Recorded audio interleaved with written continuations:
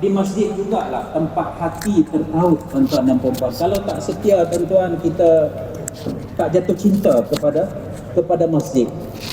Negara kita pun sama, kalau kita tak jatuh cinta, kita tak setia, kita tak boleh jadi hamba, kita tak boleh jadi rakyat, warga negara yang setia kepada negara kita. Itu saya jemput Datuk Haji dan bawa juga Datin Naini untuk bersama-sama dengan kita ni mengupas tentang aspek ataupun sudut kesetiaan dalam pelbagai aspek kehidupan kita. Dan panel kita yang tidak asing, Ustaz Fauzi Mustafa, dia duk ulang alik Arab Saudi, Malaysia, Arab Saudi, Malaysia, Arab Saudi, Malaysia. Kan?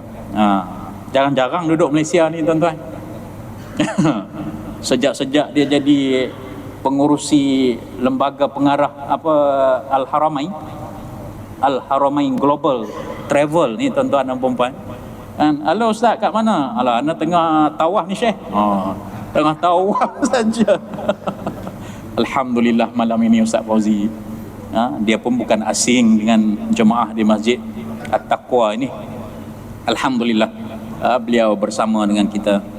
Dia syarat dia mudah ya tuan-tuan kalau nak jemput Ustaz Fauzi ni, kan? Umpan dia dengan durian musangking. Dia cancel habis ceramah tempat lain. Syekh, anak ikut entah Syekh malam ni. Ada malam ni tak Imam? Ada? Ada tak? Tapi jangan bagi tahu tidak, lagi pukul 9 dia stop lah. Kan? Lambat sikit Ustaz pasal tengah order. Kita tunggu sampai dia sampai.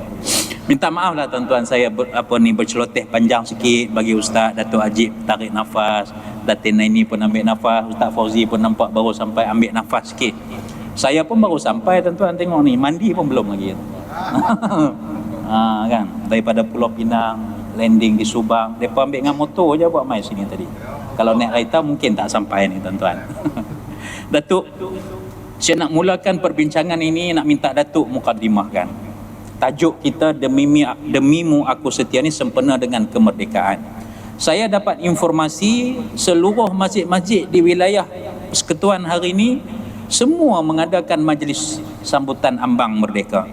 Masjid yang Datuk pengurusi, Masjid Wilayah Persekutuan pun saya difahamkan ada majlis sambutan ambang merdeka ini dengan majlis forum seperti ini juga, dan banyak lagi masjid-masjid di setiap zon ada buat.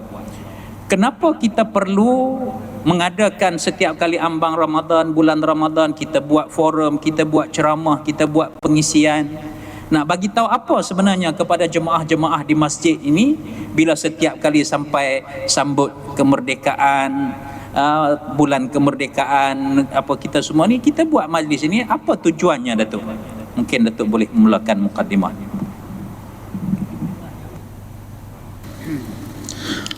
Bismillahirrahmanirrahim. Assalamualaikum warahmatullahi ta'ala wabarakatuh. Alhamdulillahirabbil alamin. Wa bihi nasta'in ala umuri dunya wa din, wassalatu wassalamu ala asrofil anbiya wal mursalin wa ala alihi wa sahbihi ajmain. Masih kepada Tuan Haji Zakaria, moderator, Ustaz Fauzi, Ustazah, pengurusi dan juga ahli jawatan kuasa Masjid At-Taqwa, seterusnya para jemaah yang saya kasih sekalian. Pertamanya kita bersyukur pada Allah Subhanahu wa taala. Kita akan masuk 66 tahun merdeka. Saya rasa malam ni ramai yang berusia dekat-dekat 60, dekat-dekat 66 atau mungkin lebih. Sempat saya bertanya dengan ayahanda Bilal kita, berapa umur dia? 88 tahun, Masya Allah. Mudah-mudahan dipanjangkan umur lagi dengan penuh keberkatan semua yang hadir dalam majlis ilmu pada malam ini, InsyaAllah, amin. Kita berdoa. Dan kebetulan saya pula baru 56, jadi beza 10 tahun dengan tarikh kemerdekaan. Lahir 67, merdeka 1957. Jadi yang berbagai Datuk, Datin, tuan-tuan dan puan-puan yang saya kasihkan, kenapa kita adakan dan kita meminta dalam bahasa adik-beradik meminta masjid-masjid untuk mengadakan program. Termasuklah masjid yang saya jadi pengurusi. Saya pengurusi masjid wilayah, masjid negeri, tapi saya tinggalkan. Sebab apa? Sebab nak pergi ke Masjid At-Taqwa. Dan ada satu program di Masjid Putra, menteri selalu sebut, kembar saya kata dia sebut saya dekat-dekat sama muka dengan dia. Saya minta izin untuk pergi ke Masjid Taqwa, tapi malam ni saya berterima kasih kepada rakan-rakan masjid sebab kita menghantar 18 buah bas ke Masjid Putra. Bermaksud hampir 800 orang kita hantar ke Masjid Putra. Untuk apa? Untuk kita sama-sama meraihkan menjelang kemerdekaan daripada perspektif kita sebagai seorang Muslim yang rapat dengan masjid. Sebab apa tuan-tuan? Kenapa kita perlu, kalau Ustaz Zakaria sebut tadi, kenapa kita perlu mengingati balik tentang kemerdekaan? Pertama ialah fazakir inna zikra tanfa'ul mu'minin. Hendaklah kita sentiasa ingat mengingati kerana dia akan memberikan manfaat kepada orang-orang yang beriman dan juga orang-orang Islam. 66 tahun merdeka, saya yakin Ayahanda Bilal mengalami saat yang getir pada ketika itu. Bagaimana pejuang-pejuang kemerdekaan, bagaimana kemerdekaan ini mungkin dicapai bukan sekadar melalui titik peluh, tetapi mungkin melalui titisan darah, melalui usaha-usaha orang yang telah pun berjuang. Dan nikmatnya kita sekarang, analoginya mudah. Mungkin kita ni suka minum air kelapa, contoh minum air kelapa. Kita tak pernah tanam pun pokok kelapa. Yang kita tahu beli kat tepi jalan RM4.5, di Putrajaya, di KL RM5.5, masuk hotel RM16.5. Contoh kita contoh saya tengok harga kelapa ni, dia tengok tempat. Putrajaya murah sikit RM4.5, beli kat KL RM5.5, masuk hotel tersebut belasan ringgit. Mungkin kalau pergi ke UK, ke US, itu lagi. Nak ceritakan bahawa kita dapat merasai air kelapa, dan kelapa itu sebab apa? Sebab ada orang yang menanam kelapa. Itu analoginya. Kita merasai kemerdekaan pada hari ini sebab apa? Kerana ada orang yang berjuang pada ketika itu menentang penjajah, membebaskan negara daripada penjajah, kerana merasakan bahawa kemerdekaan daripada penjajahan itu adalah satu usaha ataupun fardu kifayah agar negara terus memacu ke hadapan dan menjadikan Islam sebagai agama persekutuan. Ini dia. Antara hasilnya ialah Islam agama persekutuan. Ini very clear. Dan bila kita merdeka ini tuan-tuan, bila saya sebut tadi, ramai daripada anak-anak muda yang mungkin dia tidak tahu sejarah kemerdekaan. Walaupun sejarah diajar di sekolah. Saya belajar sejarah. Masa SRP belajar sejarah. Sekarang dah ditukar PMR. Lepas tu sekarang dah tak ada PMR. Pergi SPM, ambil juga sejarah SPM. Sejarah ni paling mudah nak lulus, paling mudah nak dapat A. Alhamdulillah saya SPM sejarah A. Sebab apa? Mudah. Sebab dia kita boleh hafal fakta. Mudah dia. Dia bukan dalam bentuk subjektif. Cuma nak ceritakan, ramai orang yang melupai sejarah.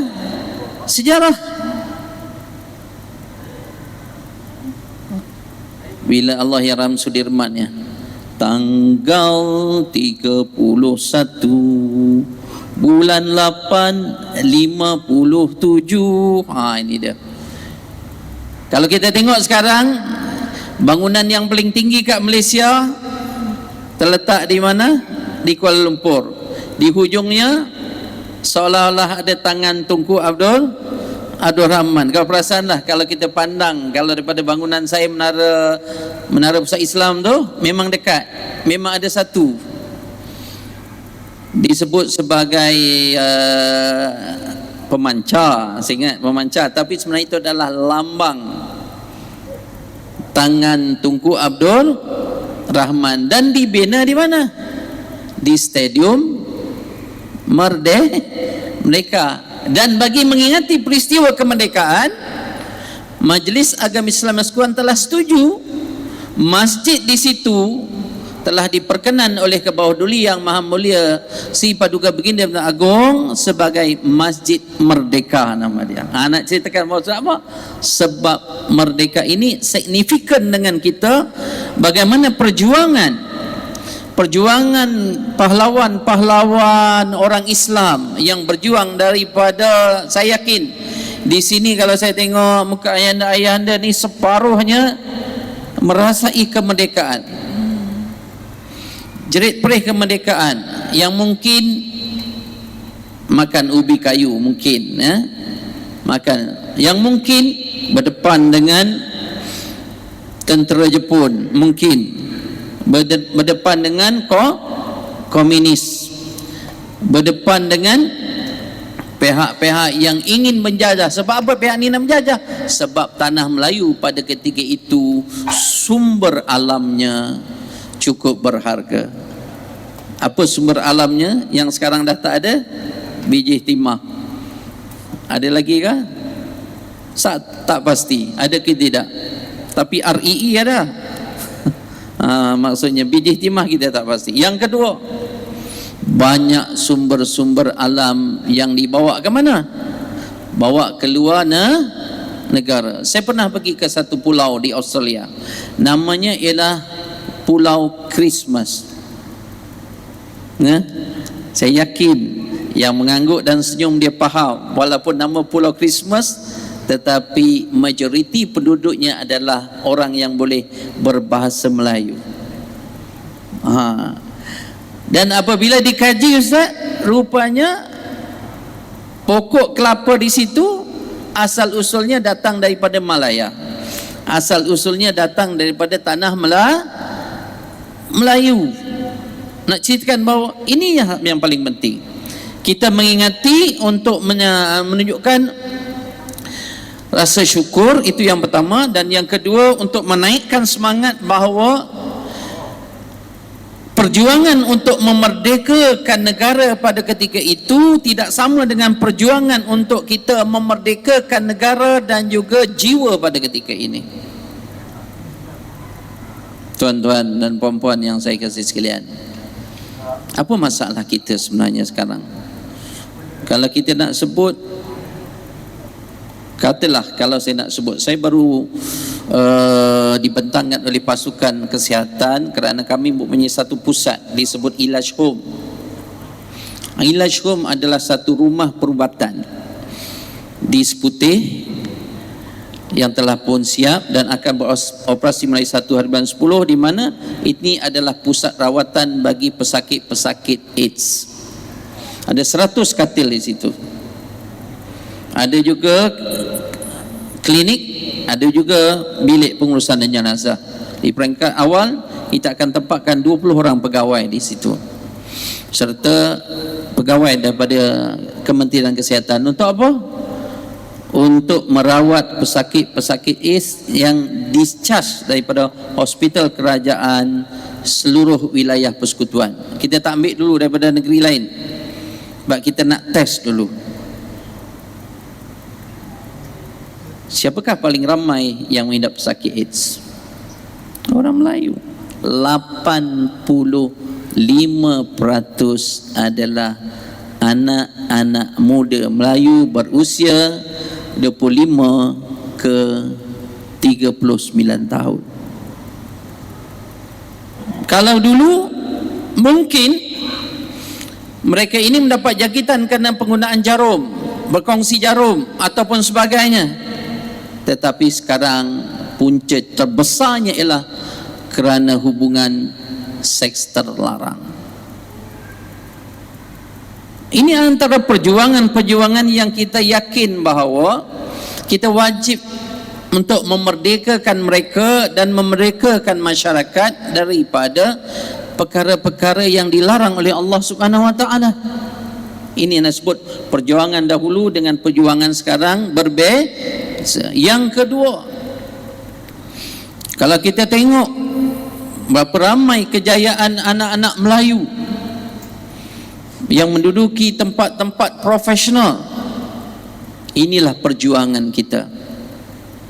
Baru-baru ini kita mendengar berpuluh ribu anak-anak orang Melayu Islam yang tidak menyambung pelajaran apabila habis SPM. Bukan kata ribu, berpuluh ribu, sebab dia melihat mungkin nak jalan mudah jadi penghantar makanan. Sebulan kalau full swing kuat kerja boleh dapat 2-3 ribu. Kalau masuk ke universiti tunggu 4 tahun lagi, dan keluar belum pasti tawaran kerja sama ada ataupun tidak. Ini antara perjuangan-perjuangan baru yang kita lihat, landscape baru. Bagaimana kita nak menggerakkan, menjentik hati orang-orang Islam dan masyarakat Islam serta masyarakat secara keseluruhannya untuk membangunkan masyarakat pelbagai kaum dalam membangunkan negara yang kita cintai. Tak ada dah negara lain lah. Saya lahir kat Sungai Besar, besar kat Sungai Besar sampai umur 12 tahun, belajar kat sekolah pondok, belajar kat kolej Islam, lepas tu belajar sekejap kat Kedah, datanglah ke Universiti Melaya. Dan setakat ni tak pindah dah tempat lain. Sebab kita rasa Malaysia ni lah satu negara yang saya yakin kalau kita bersatu padu, kalau kita wa ta'awanu 'alal birri wat taqwa wa la ta'awanu 'alal ismi wal udwan, kita bertolong-tolongan untuk mencari kebaikan, ya, dan kita tidak bertolong-tolong untuk mencari kejahatan dan beradu domba. Saya yakin bahawa masyarakat kita, khususnya masyarakat Melayu, akan bersatu padu dan pastinya akan membawa negara lebih cemerlang, dan orang Islam akan menguasai semua cabang-cabang, sama ada cabang-cabang pentadbiran ataupun cabang-cabang perniagaan. Ini menjadi kewajipan kita. Sebab itulah pada saya sekarang ini kita mengingati kemerdekaan adalah untuk menjentik hati kita, mencetus inspirasi bagi membangkitkan semangat untuk menjaga nilai kemerdekaan itu agar dihargai oleh ramai orang. Dan yang kedua, mensyukurinya. Dan yang ketiga, bagi memberikan semangat kepada anak-anak merdeka ini, anak-anak kita, cucu kita, untuk berjaya dalam semua bidang. Ini jelah Ustaz Zaid sebagai mukaddimahnya. Alhamdulillah, terima kasih banyak bagi Datuk atas mukaddimah perkongsian kepada kita kenapa kita sangat bersyukur, perlu berterima kasih, bersyukur kepada Allah dan menghargai sebuah nikmat negara yang merdeka. Kalau kita lihat Nabi SAW, tuan-tuan, baginda berhijrah daripada Mekah pergi ke Madinah semata-mata nak mencari sebuah erti kemerdekaan. Merdeka daripada akidahnya, merdeka daripada akhlak dan saksiahnya, merdeka daripada keimanannya, merdeka daripada pentadbiran pengurusannya. Maka disitulah kita dapat lihat bagaimana bila sudah mencapai satu nikmat kemerdekaan, Islam dapat ditegakkan, agama Islam dapat dikembangkan, ibadah dapat disempurnakan dengan sempurna. Maka itulah nikmat sebuah kemerdekaan. Kalau kita berbicara dengan anak-anak muda pada hari ini, mungkin mereka tidak mahu mengenang lagi sejarah-sejarah yang lampau. Trend masa kini mereka kata barang yang lepas usah dikenang. Ini saya nak tanya Ustaz Fauzi, barang yang lepas usah dikenang Ustaz Fauzi. Kan kita nak kenangkan masa sekarang ni dan masa depan ni. Apa yang perlu kita lakukan sebagai kita warga negara yang masih ada ini? Orang-orang dulu dah berusaha macam-macam nak membebaskan negara daripada penjajah mencapai kemerdekaan. Tanggungjawab kita sekarang ni nak buat apa, Ustaz Fauzi? Assalamualaikum warahmatullahi wabarakatuh. Alhamdulillah wa bihi nasta'in, wassalatu wassalamu ala rasulillah wa ala alihi wa sahbihi ajma'in. Yang dihormati moderator Ustaz Zack, yang dikasihi sahabat-sahabat panel Datuk Ajib dan juga Datin Aini, seterusnya seluruh jawatan kuasa masjid, tuan-tuan dan puan-puan, bercerita tentang pengisian kemerdekaan. Saya nak ringkaskan, insya-Allah berhenti ngam-ngam isyak. Ada 4M. Senang cerita 4M. Kalau dulu membaca, mengeja, menulis, mengira kan, gitulah. Ini tidak. 4M. M yang pertama ialah tugas kita membangunkan negara, bukan meruntuhkan negara. Ambil contoh, Nabi SAW bila sampai di kota Madinah, Nabi buat apa? Nabi bangunkan manusia dengan mendirikan masjid. Nabi bangunkan jiwa manusia supaya dekat dengan Allah. Nabi bangunkan masyarakat yang bersaudara. Sebab tu Nabi persaudarakan antara Ansar dengan Muhajirin. Nabi bangunkan community. Nabi bangunkan ummah. Masya Allah. Nabi tidak meruntuhkan. Nabi tak relax. Nabi sampai Madinah, Nabi terus buat kerja. Sahabat cerita dalam hadis, Nabi buat masjid di Kuba, Nabi buat masjid di Madinah. Nabi tak rehat. Subhanallah. Erti Nabi membangunkan negeri Madinah. So hari ini tuan-tuan, Ustaz Zaid sebut, Datuk Ajib sebut tentang anak-anak muda. Nak bangunkan negara bukan senang, meruntuhkan senang. So nak bangunkan negara mesti ada ilmu, knowledge. Bila ada ilmu, ada knowledge, insya-Allah tuan-tuan. Sebab intelijen rakyat menentukan imej negara. Kalau rakyat bodoh, dia akan jadi imej bodoh. Dongulah negara kita ni sebab rakyat semua bodoh. Tapi kalau rakyat cerdik, bijak tuan-tuan, subhanallah. Nak keluarkan fatwa hukum, ilmu, bukan suka-suka. Fatwa ini lain, esok lain, lusa lain, tulak lain, bukan begitu. Bisa ada ilmu, statik. Kalau nak bina ekonomi, dasar ilmu. Nak bina sains, ada ilmu. Nak bina politik, ada ilmu. Tuan-tuan, mesti kuasa ilmu. Lepas tu kalau kita lihat, macam mana kita nak persiapkan anak-anak muda kita, jadikan mereka profesional. Dunia kagumnya kita tuan-tuan. Kalaulah ramai di Malaysia ini, di bumi yang bertuah ini, profesional-profesional yang pakar dalam bidang sains, pakar dalam bidang agama, pakar dalam bidang teknologi, pakar dalam bidang arkitek, pakar dalam bidang engineering. Dunia respect. Ini dunia yang respect kita dah tuan-tuan. Kita, Datuk Ajib mungkin tahulah, kita hub halal dunia yang terbesar di Malaysia. Dengan kawasan kita seluas 200,000 ekar. Pelabur datang, boleh nak buat apa pun tuan-tuan. Bukan sekadar nak buat makanan halal, minuman halal, tapi ubat-ubatan halal, suplemen halal, boleh, tak ada masalah. Dan kita lihat Malaysia sekarang sudah jadi pusat kewangan dunia yang hebat. Dan kita nombor 1 dalam ranking tuan-tuan, kedudukan kewangan global, kita nombor 1 selama 10 tahun berturut-turut. Tahun lepas nombor 1 lagi. Kita mendahului Arab Saudi. Kita kata Arab Saudi, orang Arab, ada tanah haram Mekah, tanah haram Madinah. Dah, kita nombor 1 depan Arab Saudi dalam bab pakar kedudukan keuangan Islam global. Kita mengarahkan Indonesia walaupun ramai penduduk umat Islam, tapi kita nombor 1.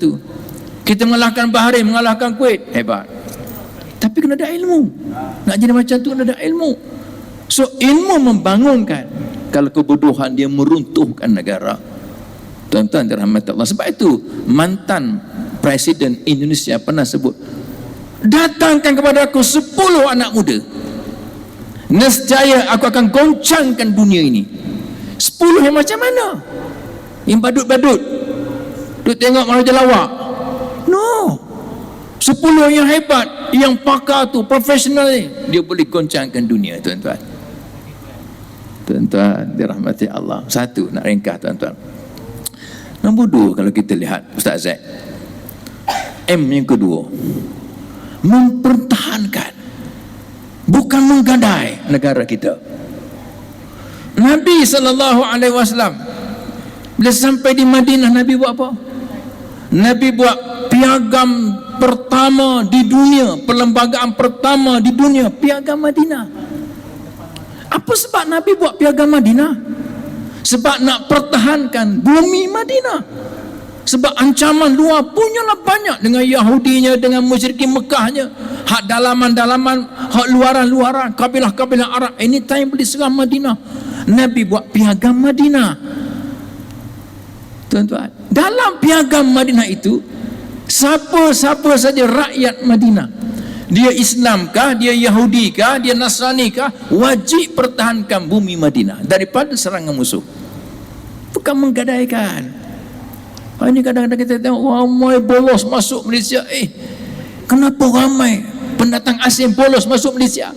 Mudahnya sebab ada orang tidak amanah. Dia tak pertahankan negara, dia menggadaikan maruah negara, dia jual negara kepada orang luar. Lambakan pendatang asing cukup banyak. Kita nak berniaga pun takut, tuan-tuan. Kita nak keluar pun takut. Orang ramai ya. Jadi kampung dia, jadi bandar dia, dia berkumpul. Ya Allah, takutnya. Heran. Kenapa begitu, tuan-tuan? Sebab ada orang menggadaikan negara, menjual negara kepada mereka. Yang ketiga, tuan-tuan mati Allah, saya tak nak cerita panjang sebab tuan-tuan dah tahu dah cerita dia. Bagi poin senang. Yang ketiga, memulihkan, bukan merosakkan. Nabi SAW, bila Nabi terima perjanjian Hudaibiyah dengan musyrikin Mekah, gencatan senjata 10 tahun, tuan-tuan, apa Nabi lihat? Walaupun sahabat tak setuju, ini berat sebelah, tapi Nabi lihat dia akan memulihkan hubungan antara orang Islam, antara Madinah, negara Madinah, dengan orang-orang luar, dengan kabilah-kabilah Arab yang kecil-kecil. Nabi boleh buat hubungan dua hala, tak perang. Akhirnya, tuan-tuan, daripada perjanjian Hudaibiyah, Khalid bin Al-Walid tak ada kerja sebab tak ada perang. Panglima-panglima perang musyrikin Mekah tak ada kerja, semua menganggur. Akhirnya Khalid bin Al-Walid dan panglima-panglima lain masuk Islam. Masya Allah. Bukan merosakkan. Hari ini, tuan-tuan, ya Allah, kadang-kadang kita merosakkan dengan cara menakut-nakutkan orang. Kita kacau hubungan perkauman, nanti jadi begitu, nanti jadi begini. Kalau kita, Allahu Akbar, tuan-tuan, ambil rasuah, ini semua merosakkan negara. So, nak bina negara, tuan-tuan, bukan senang. Kita jadilah macam Nabi SAW. Tengok Nabi Yusuf. Nabi Yusuf, tuan-tuan, dia memulihkan negara Mesir daripada kegawatan ekonomi. Dia menggunakan pendekatan budget allocation. Budget allocation ni, tuan-tuan, simpan hasil negara kecuali sedikit untuk digunakan musim kemarau. Kan cerdik, bijak. Tapi dia jaga hubungan dengan rakyat-rakyat luar. Negara Syam datang, rakyat luar negara Syam datang ke Mesir. Sebab mereka kemarau, tak ada makanan, tak ada gandum, tapi datang ke Mesir mewah. Sebab apa? Sebab Nabi Yusuf memulihkan negara Mesir, tuan-tuan. Dan M yang akhir sekali, tuan-tuan, yang keempat, mendoakan kebaikan, bukan mendoakan keburukan. Hari ini, tuan-tuan, kadang-kadang saya pelik lah, kenapa ada kalangan kita mendoakan kumpulan tu dengan kehancuran ni, mendoakan orang tu dengan kehancuran ni. Pelik, saya rasa pelik. Ya Allah, hancurkan mereka, ya Allah, hancurkan si fulan, ya Allah, hancurkan orang tu, hancurkan ni. Pelik. Kalau tuan-tuan lihat, kalau kita sayangkan negara, sebab kehancuran tu dia datang ke bumi, dia tak bawa orang tu sampai ke langit, hancur, meletup. Tak. Kalau bala turun, tuan-tuan, dia turun ke Tamantun. Kalau kita mendoakan sama-sama kita kehancuran, dia turun kat Tamantun. Kalau kita doakan untuk Malaysia, dia turun kat Malaysia. Tengok Nabi Ibrahim doa apa? Wa idza qala Ibrahim rabbi ja'al hadza baladan amina warzuq ahlahu minats thamarat. Nabi Ibrahim doakan, ya Allah, jadikanlah negeri ini baladan amina, negara yang aman, warzuq ahlahu minats thamarat, dan kurniakanlah rezeki kepada penduduknya dengan buah-buahan. Tuan-tuan pergi Mekah dulu, kontang kering kontak, rumput pun tak ada. Sekarang pergi Mekah, semua buah-buahan ada. Durian ada tak tu kat Mekah? Rasanya ada, tempoyak dengan lempuk lah. Ada. Sebab doa Nabi Ibrahim, doakan kebaikan. Nabi doa untuk Madinah, Allahumma ja'al bil madinati di'fai ma ja'alta bi Makkah minal barakah. Ya Allah, jadikanlah di bumi Madinah ini 2 kali ganda berkat berbanding dengan Mekah. Berkat, minta berkat. Pemimpin berkat, negara berkat, rakyat berkat. Bukan kita doakan kehancuran. Nabi dibanding batu oleh penduduk Taif, Nabi doa apa? Allahumma hdi qaumi fa innahum la ya'lamun. Ya Allah, berilah hidayah kepada kaumku ini, sesungguhnya mereka tidak mengerti apa-apa. Bukan doakan kehancuran walaupun malaikat datang, wahai Muhammad, aku telah minta izin dengan Tuhan untuk hancurkan penduduk Taif, kalau engkau izinkan aku hancurkan. La, jangan. Aku diutuskan untuk membawa rahmat. Allahumma hdi qaumi fa innahum la ya'lamun. Itulah tuan-tuan 4M untuk mengisi kemerdekaan. Wallahu a'lam bissawab. Terima kasih Abang Zaid. Terima kasih kepada Fadil Ustaz Fauzi yang telah berkongsi 4M. Masyitah, Marudiyah, Maimunah dan Maisarah. Bukan, silap. Okey, kita berhenti rehat seketika. Jangan ke mana-mana tuan-tuan dan puan-puan. Kita akan beri laluan kepada azan terlebih dahulu.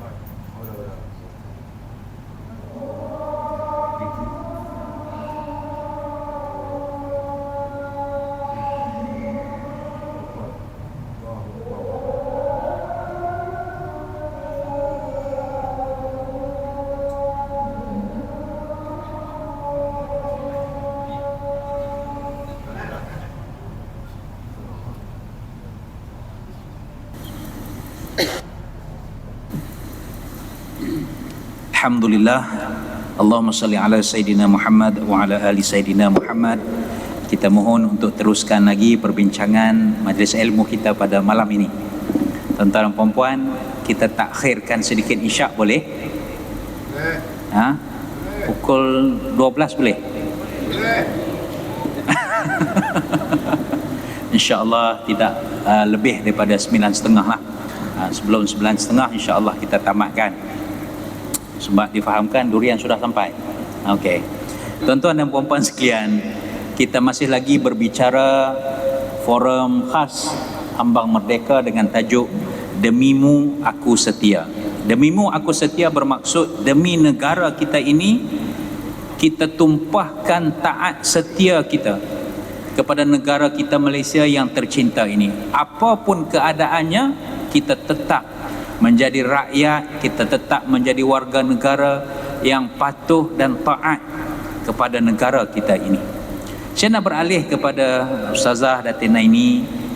Apakah tanda-tandanya kita ini sebagai seorang warga negara ataupun rakyat yang saling tak tumpah taat setia kita kepada negara kita? Kalau kita rujuk kepada rukun negara, prinsip rukun negara itu yang kedua itu disebut selepas daripada kepercayaan kepada Tuhan, yang keduanya adalah kesetiaan kepada raja dan negara. Jadi sebagai warga negara, apakah tandanya ataupun cirinya warga negara yang setia kepada negara kita? Silakan Datin. A'udzubillahi minasyaitonirrajim. Bismillahirrahmanirrahim. Assalamualaikum warahmatullahi wabarakatuh. Alhamdulillahi rabbil alamin, wassalatu wassalamu ala asyrafil anbiya'i wal mursalin wa ala alihi wa sahbihi ajma'in. Rabbi ishrah li sadri wa yassir li amri wahlul 'uqdatam min lisani yafqahu qawli, amma ba'd. Astaghfirullahal azim, astaghfirullahal azim, astaghfirullahal azim. Asyhadu an la ilaha illallah wa asyhadu anna Muhammadar Rasulullah. Allahumma salli ala Sayyidina Muhammad wa ala ali Sayyidina Muhammad. Syukur pada Allah Subhanahu wa taala kerana memilih saya untuk hadir ke Masjid At-Taqwa TTDI pada malam ini. Alhamdulillah. Dan saya mohon semoga Allah berikan saya ilham untuk bercakap apa yang Allah redha saja dan jauh sekali daripada bercakap mengikut hawa nafsu saya.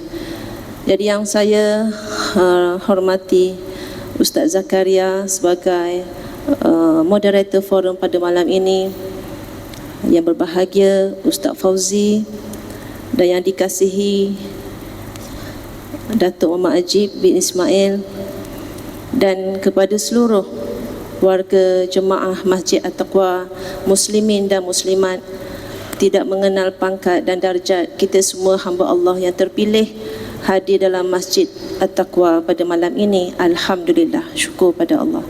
Saya sebenarnya tak asing dengan masjid ni. Saya setiap hari Sabtu hadir ke sini sebagai penceramah khusus praperkahwinan kepada anak-anak kita yang nak berkahwin. Jadi sayalah salah seorang penceramahnya. Tapi pada malam ini lain pula sasaran saya untuk bercakap. Kalau setiap hari Sabtu saya nak bercakap orang baru nak kahwin, tapi pada malam ni veteran-veteran yang pakar-pakar lagi dah dalam kesetiaan ni. Demimu Aku Setia ni memang dah bertahun-tahun lamanya. Jadi sudah tentulah ilmu tentang kesetiaan ni dah ada dalam dada hadirin dan hadirat sekalian. Cuma pada malam ini untuk meraihkan hari kemerdekaan negara tercinta kita Malaysia, jadi saya nak mengajak hadirin hadirat semua muslimin muslimat untuk merenung satu hadis yang telah pun terakam untuk kita sama-sama menghayati bahawa Nabi kesayangan kita Nabi Muhammad sallallahu alaihi wasallam pernah bergurindam, pernah meluahkan, bermonolog tentang negerinya yang tercinta iaitu Mekah Al-Mukarramah. Kalau kita Malaysia, Nabi Muhammad Mekah, kan? Nabi pernah berkata, aku tidak temui negeri yang lebih baik daripada engkau, wahai Mekah, dan tidak ada negeri yang lebih aku sayang daripada engkau, wahai Mekah. Kalaulah bukan kerana kaumku, iaitu kaum Quraisy, telah menghalau aku tidak akan tinggalkan negeri ini.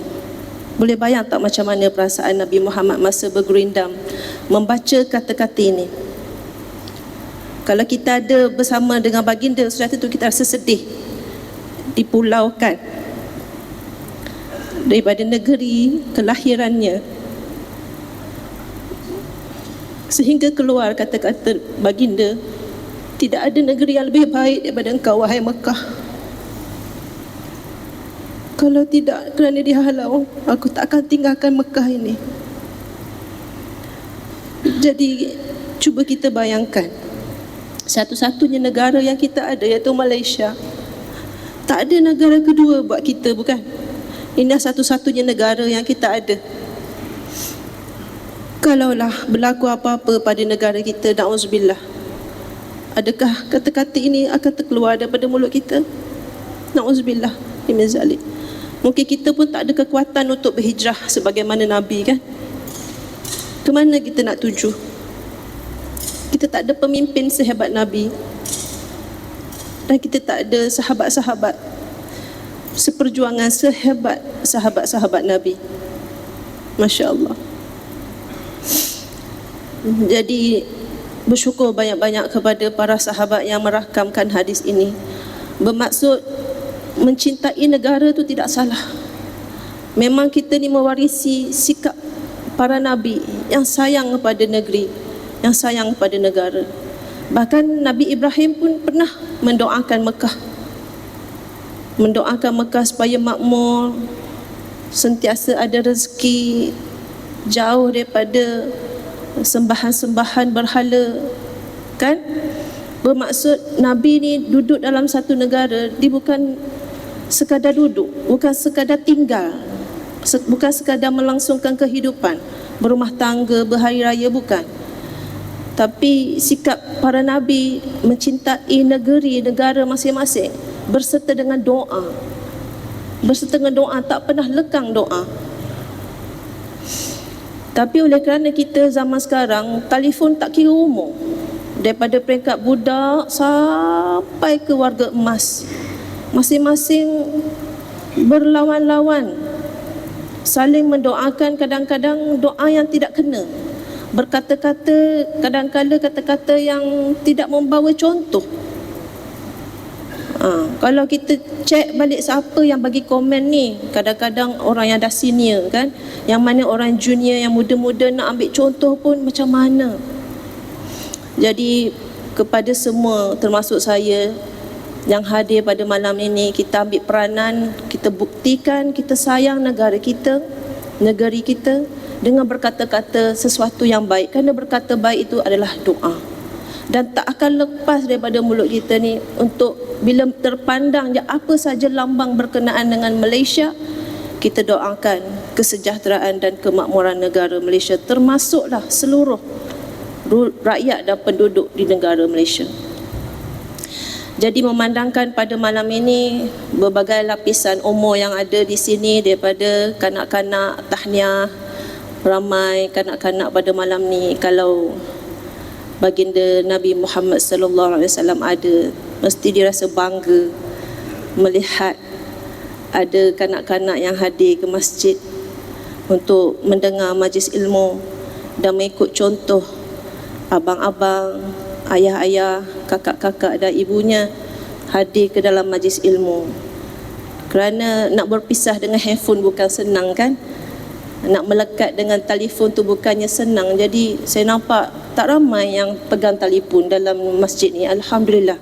Dan sangat ajaib lah, alhamdulillah. Yang belakang jemaah wanita pun walaupun bergelap tu, dia tetap pandang ke depan.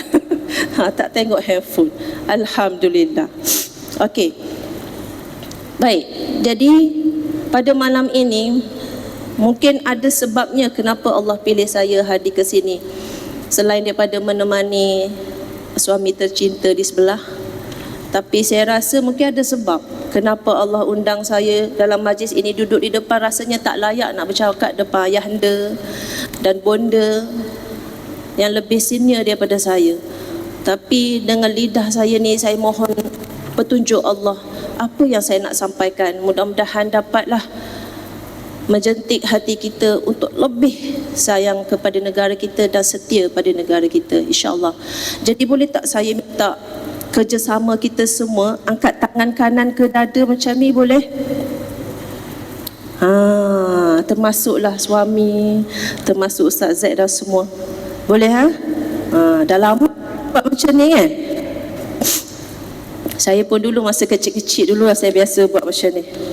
Tapi sekarang dah besar ni, tak ada pula peluang nak angkat tangan macam ni. Okay, dah angkat tangan semua kepada dada? Alhamdulillah. Boleh tak ikut saya ayahanda, minta izin ayahanda ya?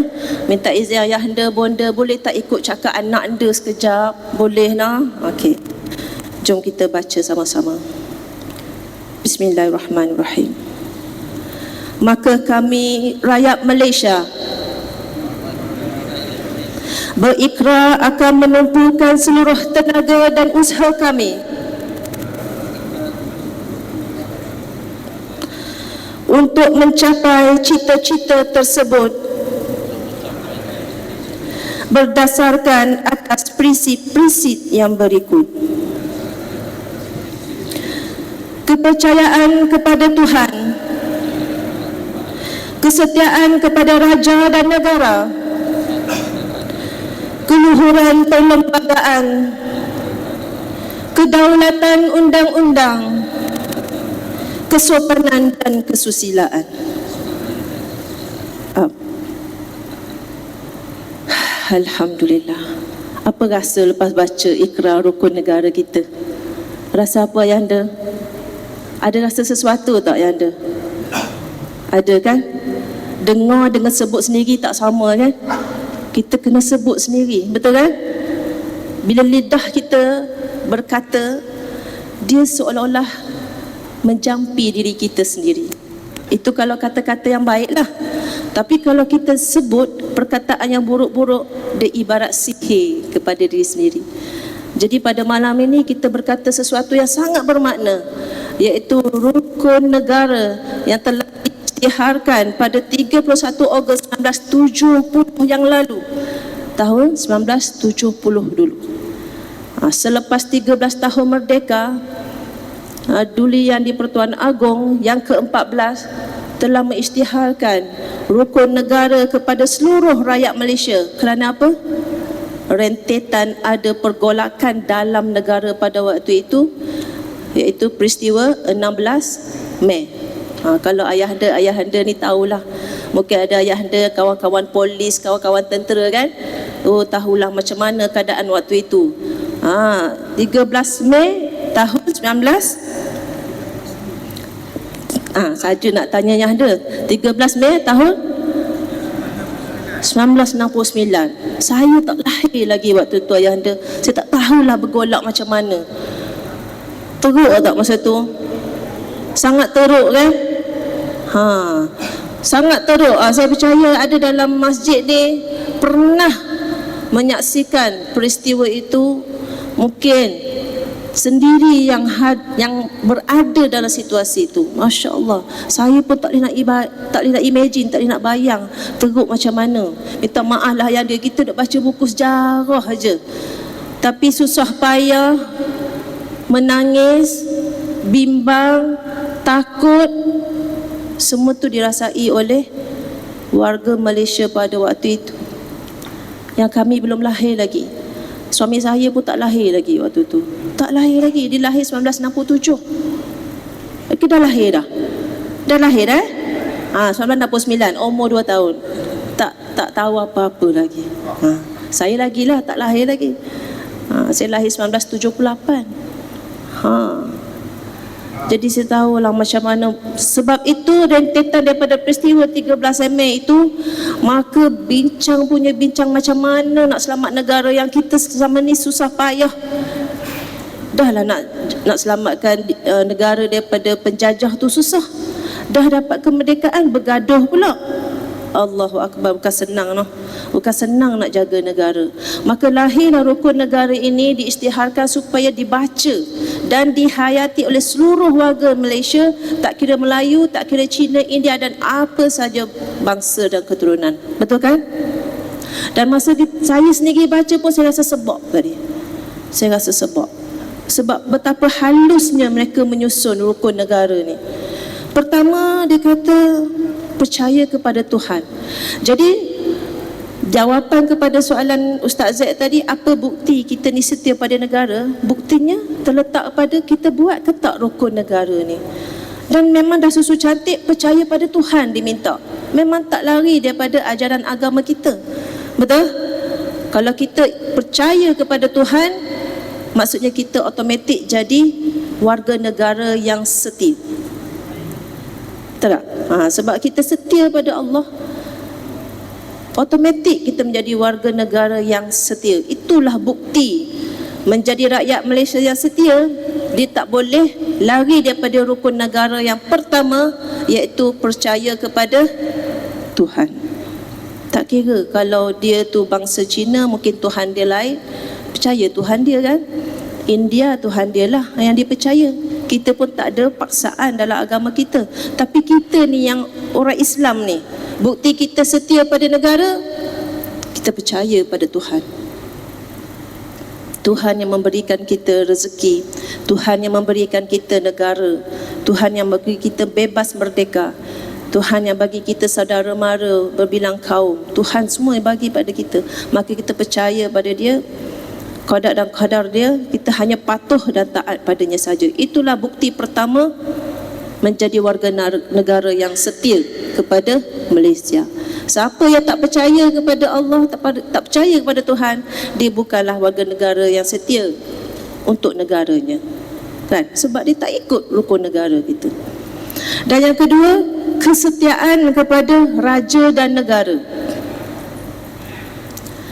Negara kita minta kita sebagai rakyat buktikan setia kita kepada raja dan negara. Alhamdulillah, dulu yang di-Pertuan Agong sekarang ni dengan yang berbahagia permaisuri yang kita sayangi, saya suka tengok pasangan agung kita tu kan. Yelah, kita mandang dia yang sempurna kan, daripada pemimpin sampai ke rakyat. Tapi bila tengok mereka tu, Masya Allah, ibarat simbolik orang Islam yang berkasih sayang, setia, sopan kan. Jadi tak susah untuk kita ni mencurahkan taat setia kepada Duli yang di-Pertuan Agong dan juga raja-raja serta negara kita. Alhamdulillah, itulah ciri-ciri orang yang sangat setia kepada negara. Kita tak engkar kepada agung dan raja-raja kita. Alhamdulillah, itu pun nikmat daripada Allah. Kita tak nak bangga juga. Allah izin berlakulah, Allah tak izin tak berlaku. Jadi Alhamdulillah, kita cari yang molek-molek saja pada manusia kan. Yang molek kita, Alhamdulillah, syukur. Baik. Yang ketiga, keluhuran perlembagaan. Ini bukti warga negara Malaysia yang setia kepada negara. Dia menghormati perlembagaan yang telah ditulis kan. Alhamdulillah, kita orang Islam, Alhamdulillah, rasa sangat terlindung kerana agama Islam ni tercatat dalam perlembagaan sebagai agama utama. Alhamdulillah, persekutuan lagi tu, Masya Allah. Maka prinsip ini kita mohon bangsa-bangsa yang lain pun percaya dan taatlah kepada rukun negara ini. Dan tanda-tanda warga negara yang setia, dia mendukung kesucian dan kemurnian perlembagaan. Dan seterusnya, kedaulatan undang-undang. Bukti kita menjadi warga negara Malaysia yang setia, kita menghormati dan berusaha bersungguh-sungguh untuk mematuhi undang-undang negara kita. Setakat ni Alhamdulillah, kita senang hati bolehlah patuhi undang-undang yang tersedia. Syukur, Alhamdulillah. Mudah-mudahan kita menjadi rakyat yang memberi manfaat, bukan menjadi rakyat yang membawa kerosakan. InsyaAllah. Dan yang kelima, kesopanan dan kesusilaan. Bukti kita nak menjadi warga negara Malaysia yang taat serta setia, kita wajib menjaga kesopanan dan kesusilaan. Masya Allah. Kalau semua warga negara Malaysia ini tak kira bangsa menjaga kesopanan dan kesusilaan, insya-Allah tak ada masalah sangat dalam Malaysia ni kan. Tapi sekarang, aduh, kesopanan, kesusilaan, ayahanda dengan bonda pun dah geleng kepala dah. Macam manalah dengan generasi baru ni kan. Kalau dulu generasi lama-lama, dia punya adab, kesopanan kan. Cuma kami je lahir lambat sikit, tak nampak lah macam mana indahnya sopan dan santun masyarakat Melayu zaman dulu. Tapi duk tengok cerita P. Ramlee berpuisi, bersyair, berlagu tu macam sopan sungguh noh. Tu tengok filem je lah. Itu je lah yang kami boleh kutip sejarah lama. Terima kasih jugalah P. Ramlee buat filem. Kalau tak tahulah macam mana sopannya tu. Kalau kita tengok filem yang apa tu, yang nak lalu belakang ayah, depan lalu belakang ya, Masya Allah, itu baru dalam rumah. Luar rumah lagi lah kot noh sopan. Alhamdulillah. Jadi itulah bukti kita nak menjadi, ataupun bukti kita di rakyat Malaysia yang setia, iaitu kita patuh kepada rukun negara dan menghayati rukun negara yang tak banyak. Ada 5 je. Ada 5 tu pun kalau tak ikut juga tak tahu. Dia sama banyak dengan rukun Islam kan. Rukun Islam pun 5 juga. Jadi siapa-siapa yang buat rukun ni, kalau buat rukun Islam, namanya orang yang taat kepada agama Islam. Kalau buat rukun negara, namanya taat kepada negara. Tu je. Jadi saya harap diwujudkan semulalah bacaan ikrar rukun negara ini. Sebab nampaknya macam makin lupa dah ramai ni. Makin lupa. Nombor 1, kepercayaan Tuhan tu ramai dah lupa. Dah, ketaatan kepada raja dan negara tu ramai dah orang tak berapa nak hormat. Kan? Kesopanan, kesusilaan tu pun dah ramai yang dah tak reti dah nak sanjung sopan dan susila. Jadi rasanya elok kita kempen baliklah baca rukun negara kat tadika ke dekat sekolah daripada generasi muda lagi. Kita wujudkan rakyat ataupun warga negara yang setia kepada negara. Sebab masa baca tu rasa lain macam. Saya setiap hari pergi sekolah kena baca rukun negara dulu kat tengah padang. Tak? Ayahanda dulu macam tu juga ke sekolah. Kena baca ni juga nah. Rukun negara kan. Lepas tu nyanyi lagu negaraku kan. Dia punya sayang kat negara tu. Yelah, tak ada negara lain dah. Orang lain duk tengok negara kita Malaysia dengan iklimnya bagus, tak ada 4 musim. Kalau ada 4 musim kita tak larat nak beli baju. Berapa bajet nak guna tu? Baju tebal, simpan dalam stor. Kalau bukan musim sejuk, nak pakai pula baju biasa musim panas kan, musim bunga, banyak juga bajet tu. Tapi kita tak kira lah daripada Januari sampai bulan 12, Alhamdulillah boleh pakai baju yang sama. Mana jimat bajet. Banyak lagi keistimewaan negara Malaysia kita ni yang diintai-intai oleh rakyat negara lain. Kan, jadi kita sebagai penduduk tetap, penduduk asli negara Malaysia ini, syukur Alhamdulillah, dan tambahkan lagi rasa taat dan setia kepada negara dengan menghayati rukun negara.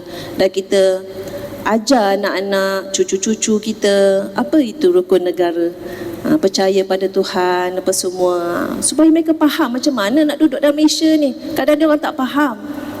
Rupanya duduk dalam Malaysia ni ada adab-adab dia kan, ada cara-cara dia, ada tata tertib dia kan. Kata orang Terengganu, tata terengih lah. Ada orang Terengganu duduk sini, ada tata terengih lah. Nak duduk dalam negara ni. Tapi anak muda tak tahu tu macam mana nak tata terengih duduk dalam negara Malaysia. Jadi kita lah pelapis atas ni bagi tahu pada pelapis yang bawah kan.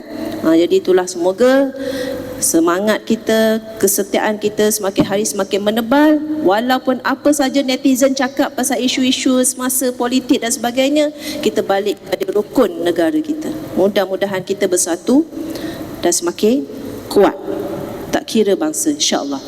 Jadi itu saja kepada Ustaz Zaid. Mudah-mudahan Alhamdulillah ada manfaat, insya-Allah. Terima kasih atas perkongsian Datin, bagaimana kita nak menjadikan nilai kesetiaan kita kepada negara kita itu berpandu dan berprinsipkan kepada rukun-rukun negara tadi. Mestilah peranan ini perlu dimainkan oleh kita semua, lebih-lebih lagi khususnya kepada ahli keluarga kita, kepada anak-anak kita, anak cucu kita, dan seterusnya kepada seluruh masyarakat dan rakyat negara umumnya. Saya tak nak ulas panjang. Saya nak minta Datuk Ajib yang mengulas apa yang Datin sebut. Mungkin Datuk Ajib kalau di rumah kena dengan syarahan dengan Datin Naimi ke macam ni. Ada kena ceramah dengan Datin Naimi ke macam mana kan. Jadi Datuk mungkin boleh tambah sikit lah nilai kesetiaan dalam kalangan rakyat negara kita ni. Macam mana cabaran yang kita akhir zaman, keadaan masyarakat dengan cabaran teknologi, masyarakat yang pelbagai, anak muda yang tak hirau dah lagi nilai-nilai yang kita duk cakap ni. Dia mungkin ada persepsi ataupun perspektif dia yang tersendiri yang kadang kita nak masuk dalam diri dia pun susah. Tetapi yang kita nak bagi tahu adalah kesetiaan kepada negara itulah merupakan ciri-ciri kita menjadi sebuah menjadi warga negara yang taat dan setia kepada negara. Mungkin Datuk ada tambah sikit.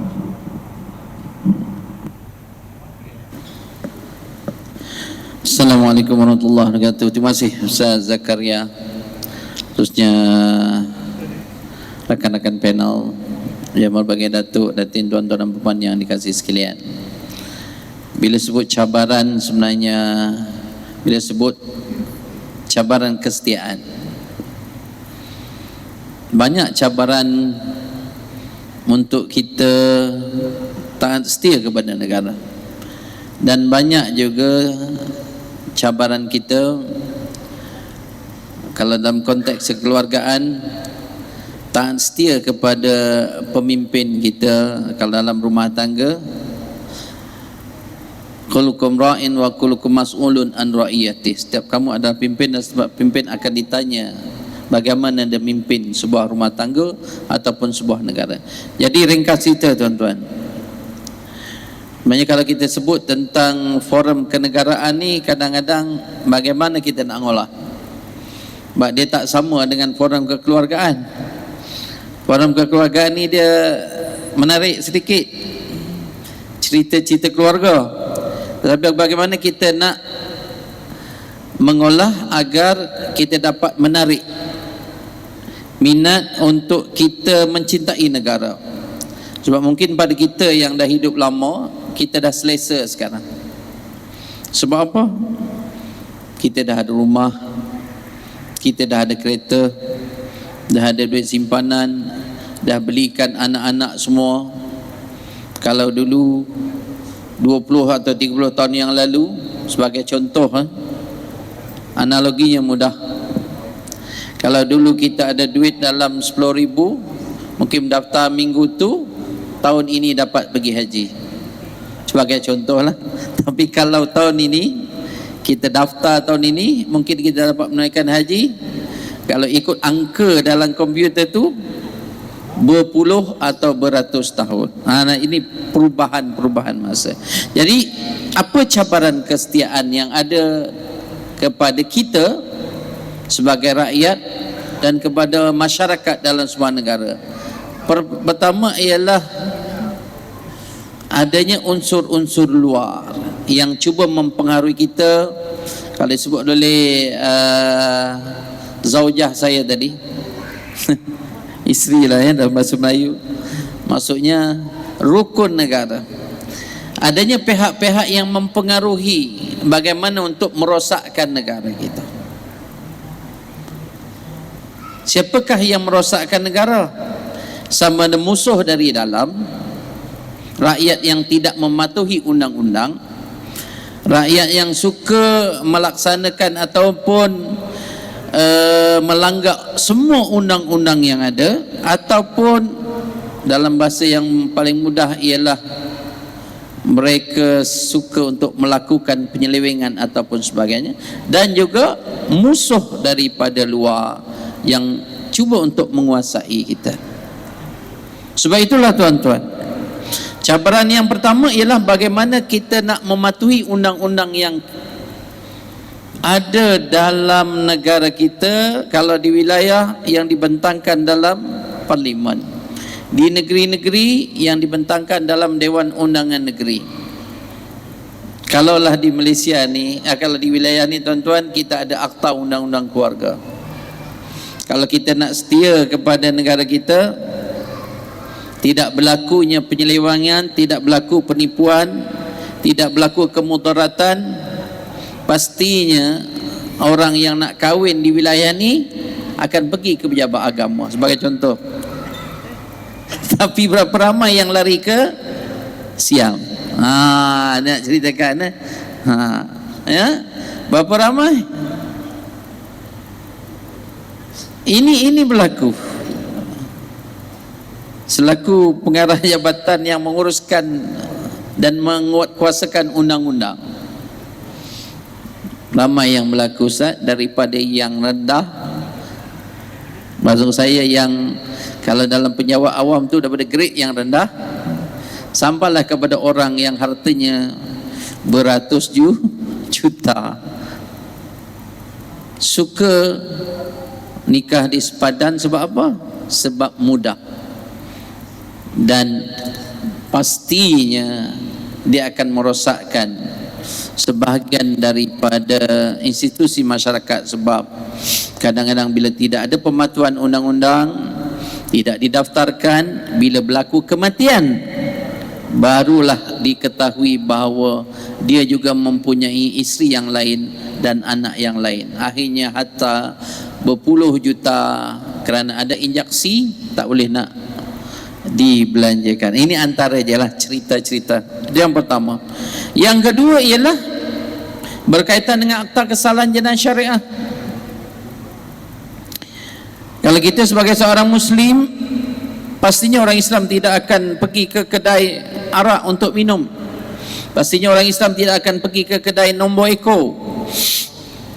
Tuan-tuan kata istilah nombor ekor ni ada Damacai, 4 digit, Magnum, dia biasa sederet macam bank lah. Bank kadang-kadang sederet, betul? Ada Maybank, ada Bank Islam, ada dia sederet. Yang ni pun sama, tetapi ada peraturan. Orang Islam tidak boleh berada dalam premis perjudian. Berada pun tak boleh, apalagi membeli. Itu kena faham tu, istilah berada tu. Kalau pasukan saya tak ramai di wilayah ini, ada lebih kurang 100 lebih pasukan penguasa agama. Kalau dia masuk ke premis perjudian, langkah pertama ialah dia akan tutup pintu grill. Langkah yang pertama. Tengok ada tak orang Islam. Tapi tak pernah jumpa Ustaz Fauzi dalam tu.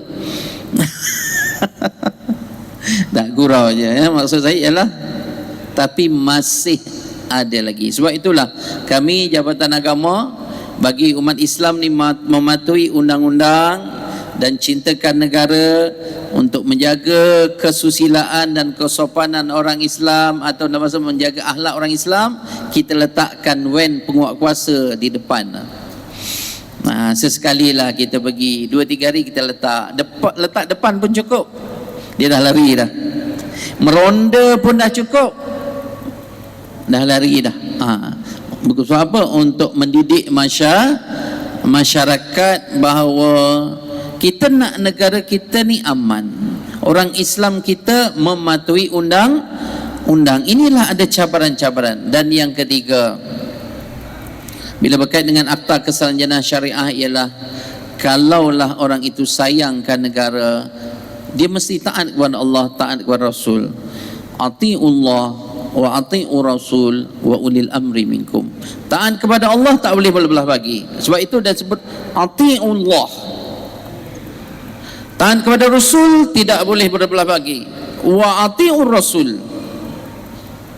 wa ulil amri minkum. Juga kepada pemimpin-pemimpin yang telah pun dipilih, dilantik oleh Allah Subhanahu wa taala sebagai, ditakdirkan sebagai pemimpin ya. Dengan agung kita kena taat, sebab agung adalah ketua agama bagi Malaysia dan juga bagi wilayah-wilayah persekutuan. Masalahnya sekarang ialah yang kami hadapi, yang kita hadapi, bagaimana kita nak mengelakkan lahirnya ramai anak-anak, mungkin anak-anak di luar perkahwinan yang sah. Macam mana kita nak mengatasi? Jadi kalau sesiapa nak ambil anak angkat, sebenarnya banyak. Dan kadang-kadang kita mendapat aduan. Kerana apa? Kerana adanya orang-orang yang mengambil mudah tentang undang-undang syariah, di mana tidak boleh melakukan persetubuhan sebelum berkahwin, maka wujudlah anak luar nikah. Dan juga yang kedua, bila laku persetubuhan yang haram, yang tidak mengikut hukum syarak, maka lahirlah penyakit-penyakit berbahaya yang lain. Ini antara cabaran-cabaran yang saya yakin bahawa cabaran ini sampai bila-bila pun kita akan hadapi, tetapi bagaimana kita nak kurangkan. Yang kedua, tuan-tuan dan puan-puan yang saya kasih sekalian, saya tak ambil banyak, nak ambil dua aja. Sebab nak tunggu sampai pukul 9.30 bukannya senang. Bercakap tu mudah, tapi nak duduk tu sebenarnya, ya. Sian, ayah anda umur 88 tahun pun masih tenang, masih lututnya masih hebat, masih kuat. Kita kena belajar rahsianya tu. Apa rahsia dia? Yang kedua ialah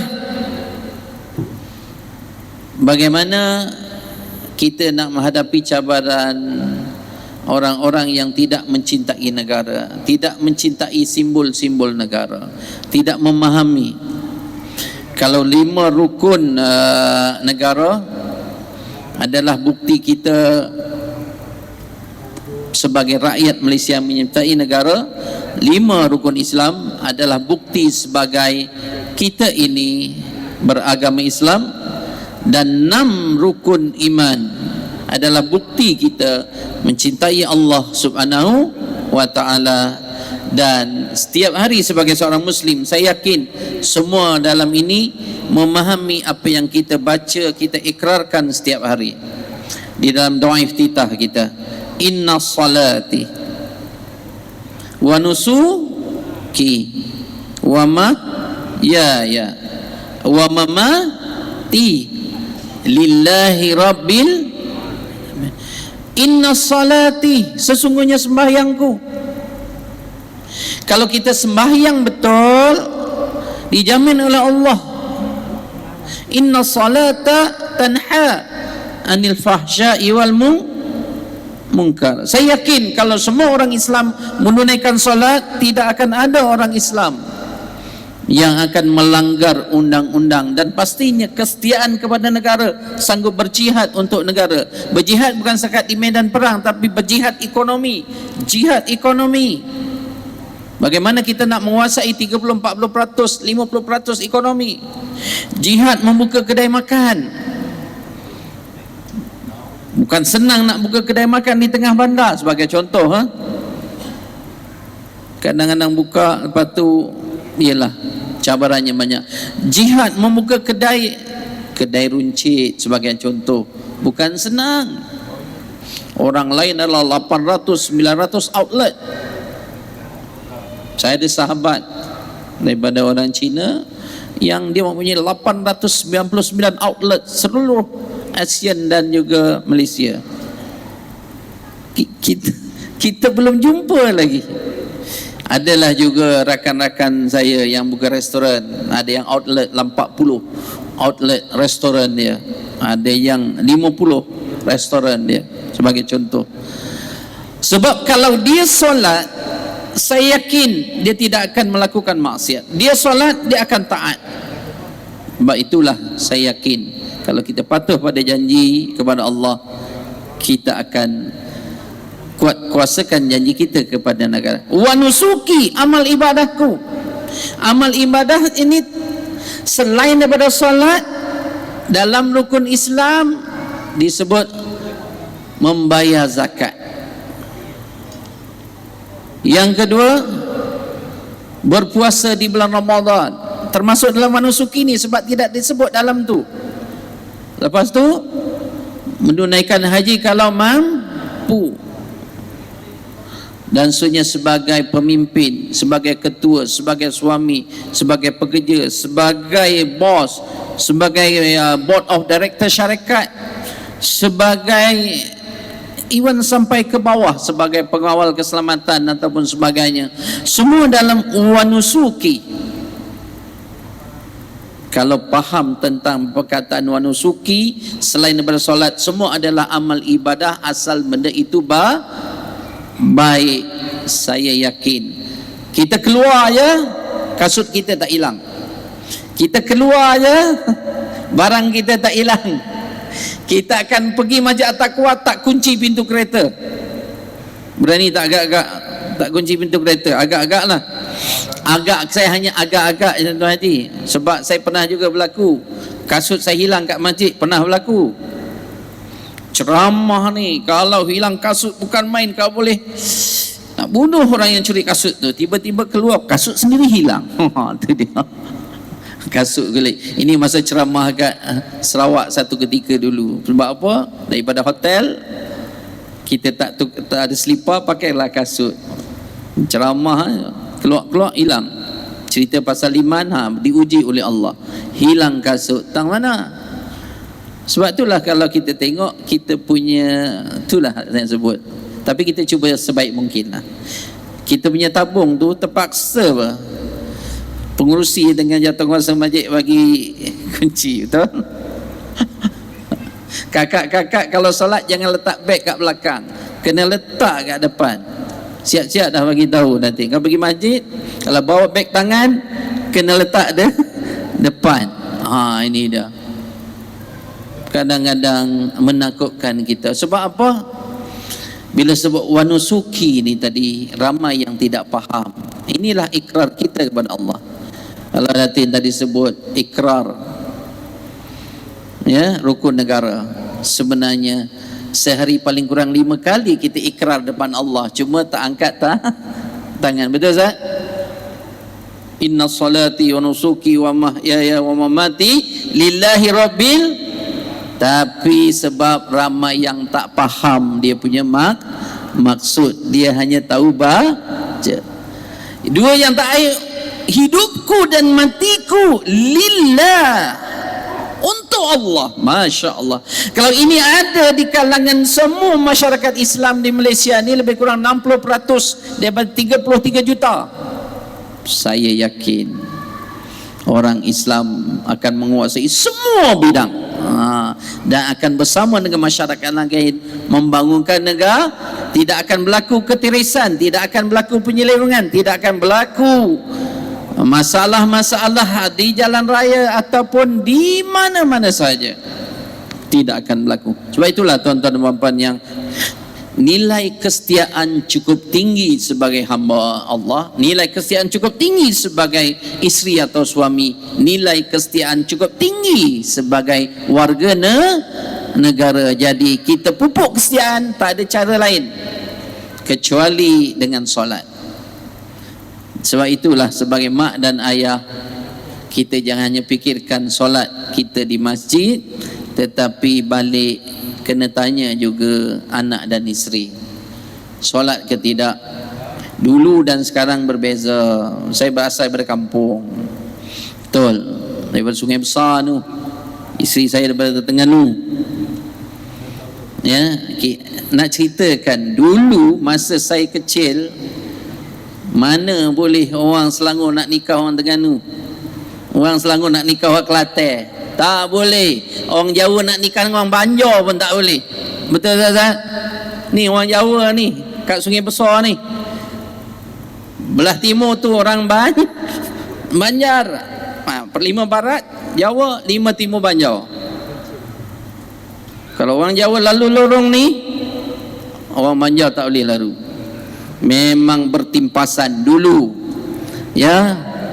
Kira-kira berapa tahun yang lalu, 40 tahun yang lalu, pernah ada seorang kakak tu lari ke rumah. Sebab apa? Mak ayahnya nak nikahkan dengan orang Banjar juga. Ini contoh ni nak fahamkan. Tapi ayah ni orang yang hebat, dia hantarlah anak dara tu balik, dan akhirnya kahwin jugalah dengan orang tu. dan alhamdulillah dapat ramai anak juga. Tapi sekarang cuba tengok banyak perubahan. Betul tak Azad ya? Dulu kalau orang belah timur tak boleh, tak adalah peluang nikah orang Ganu, tak ada lah. Ha? Nak ceritakan perubahan telah berlaku, tapi cabaran juga banyak. Cabaran semakin cabaran yang paling besar ialah teknologi. Dan sekarang yang terbaru ialah teknologi artificial intelligence, AI. Kalau tidak dikawal AI, anak-anak kita akan bermasalah satu masa nanti. Tuan-tuan faham yang sekarang ni? Telefon ni lebih bijak daripada orang. Telefon ni lebih hebat daripada profesor. Kita nak cari maklumat guna chat GPT je sekarang ni. Tanya je dia. Nak forum ni pun buat soalan kat dia, dia tolong jawab. Ada 11, tapi malam ni saya tak guna chat GPT. Tuan-tuan, sebab itulah seorang profesor daripada US kata, nak ambil PhD, nak ambil master sekarang mudah sebab adanya teknologi. Dan teknologi ini sebenarnya kalau benda buruk pun dia akan bagi, benda baik pun dia akan bagi. Type je Melayu, keluar macam-macam Melayu. Baru type je Melayu, benda tak elok sikit. Tapi jangan ikutlah, faham? Keluar juga budak-budak Melayu bertudung tak betul atau macam mana. Inilah masalah yang kita hadapi, cabaran yang besar. Bila kita fikir-fikir, tak ada jalan lain. Fa in tanaza'tum fi syai'in farudduhu ila Allah wa rasuluh. Kalau kita berdepan dengan isu-isu, tak ada jalan, kembali kepada Allah, kembali kepada Rasul, kembali kepada solat, kembali kepada ikrar kita kepada Allah Subhanahu wa taala. Insya-Allah kita akan setia pada negara, setia pada keluarga, setia untuk kita membangunkan masyarakat Islam dan keseluruhan masyarakat. Ustaz, masih. Terima kasih Datuk Haji. Ustaz Fauzi, betul atau tidak orang kata kalau suami setia kepada isteri akan melahirkan suami yang takut bini? Betul atau tidak kalau seorang pekerja setia kepada majikan melahirkan seorang pekerja yang kaki bodek? Betul atau tidak seorang warga negara atau rakyat setia kepada negara melahirkan rakyat yang jumud pemikirannya? Tak Sila betul. jawab 5 minit. Tak betul. Tuan-tuan, mudah. Tuan-tuan dirahmati Allah. Setia dengan isteri bukan takut bini. Setia sampai mati walaupun tambah bini lain. Setia tu ialah tetap bersama dengan dia, itu setia walaupun ramai isteri. Sebab itu kita nak setia ni bukan senang. Ada orang dia kahwin 2, dia cerai nombor 1, tak betul. Tambah tak apa. Sebab itu dalam cerita bab setia ni tuan-tuan, kita nak setia senang aja. Saya nak sebut P tadi M kan, 4M ni sebut P. Kalau dengan bini ataupun dengan lelaki suami, P, pengorbanan. Kita fikir pengorbanan dia lah. Dulu masa susah dengan dia, sekarang senang pun dengan dia jugalah. Dia sanggup tinggalkan keluarga dia, mak ayah dia sebab nak duduk dengan kita. Dia tak kenal pun dulu, baru kenal dia. Sanggup tinggal keluarga, pengorbanan cukup tinggi. Isteri dia mengandung, dia beranak, dia menyusu, dia besarkan anak, pengorbanan sangat tinggi. Suami pula cari kerja, berembung, bermatahari, berpanas, berhujan. Pengorbanan seorang suami, naik Grab. Tuan-tuan, berhenti bawah jabatan kalau hujan. Kalau kereta terbabas langgar, mati. Fikir, Allah hebatnya. So kalau ada macam tu tuan-tuan, sanggup senang, susah dengan kita, itu very limited edition. So kalau dah dapat, dulu kita kejar kan, dah dapat, jaga baik-baik. Jaga baik-baik. Jangan jadi macam orang main bola sepak. Dia kejar, dia dapat, dia tendang. Dia sepak, dah dia tanduk lagi. Lagi dahsyat lagi teruk, jangan jadi macam pemain baseball. Dia tunggu, dia dapat, dia pukul dengan kayu. Jadilah macam pemain rugby, tuan-tuan. Dia kejar-kejar, dia dapat, dia peluk. Dia dapat, kita bagi orang lain dah, dia tak lepas dah. Walaupun orang tindan dia, orang nak pukul dia, dia pegang betul-betul.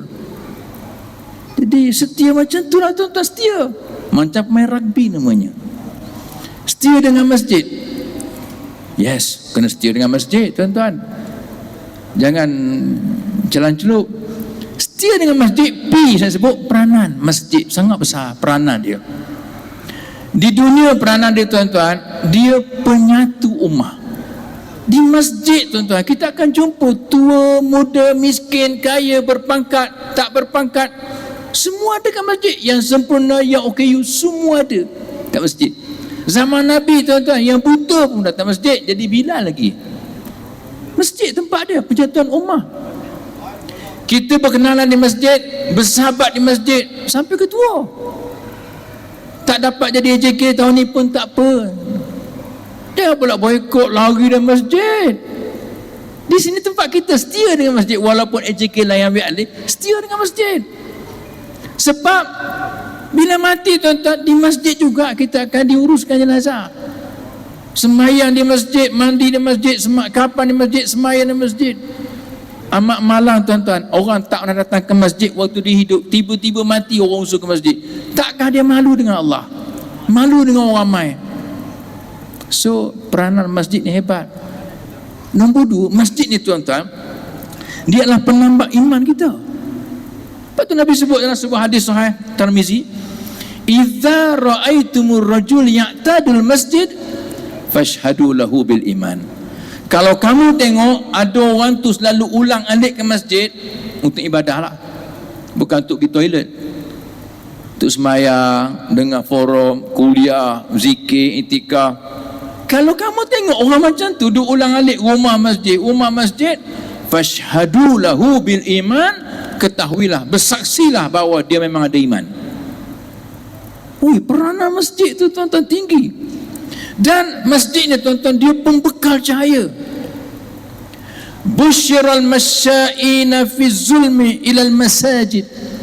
Kata Nabi, berilah berita gembira kepada orang yang berjalan dalam kegelapan malam menuju ke masjid, bin nuri tam, bahawa dia akan mendapat cahaya yang sempurna yaumul qiyamah, pada hari kiamat.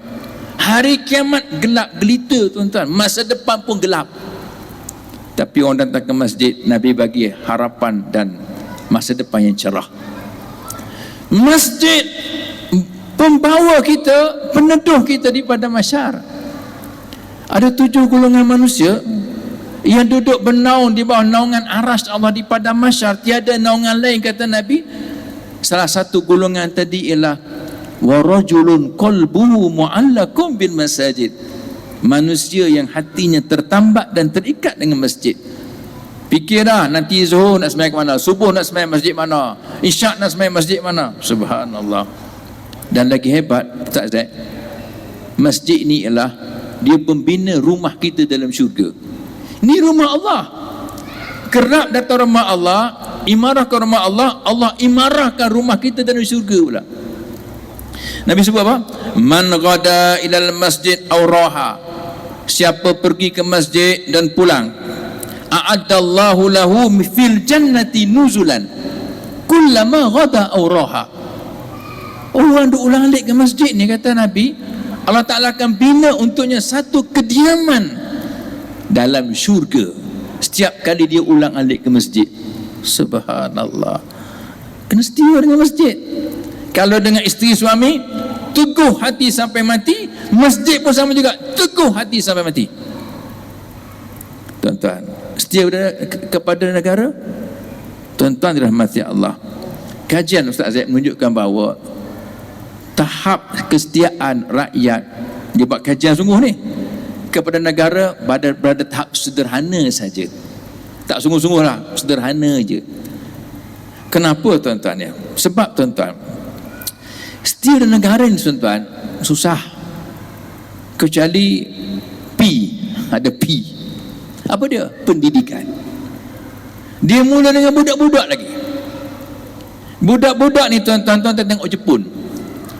Kanak-kanak tadika Jepun dilatih setia dengan negara dia sejak tadika lagi. Jaga alam Jepun, jangan buang sampah sejak tadika lagi tuan-tuan. Jaga kebersihan sejak tadika lagi. Hormat orang tua sampai dia rokok tuan-tuan sejak tadika lagi. Dan bila dia masuk sekolah menengah, habis sekolah, habis belajar tuan-tuan, dia pergi buat kerja sambilan. Dia tak melepak, dia tak kacau orang, dia tak merempik, dia tak sakit dadah.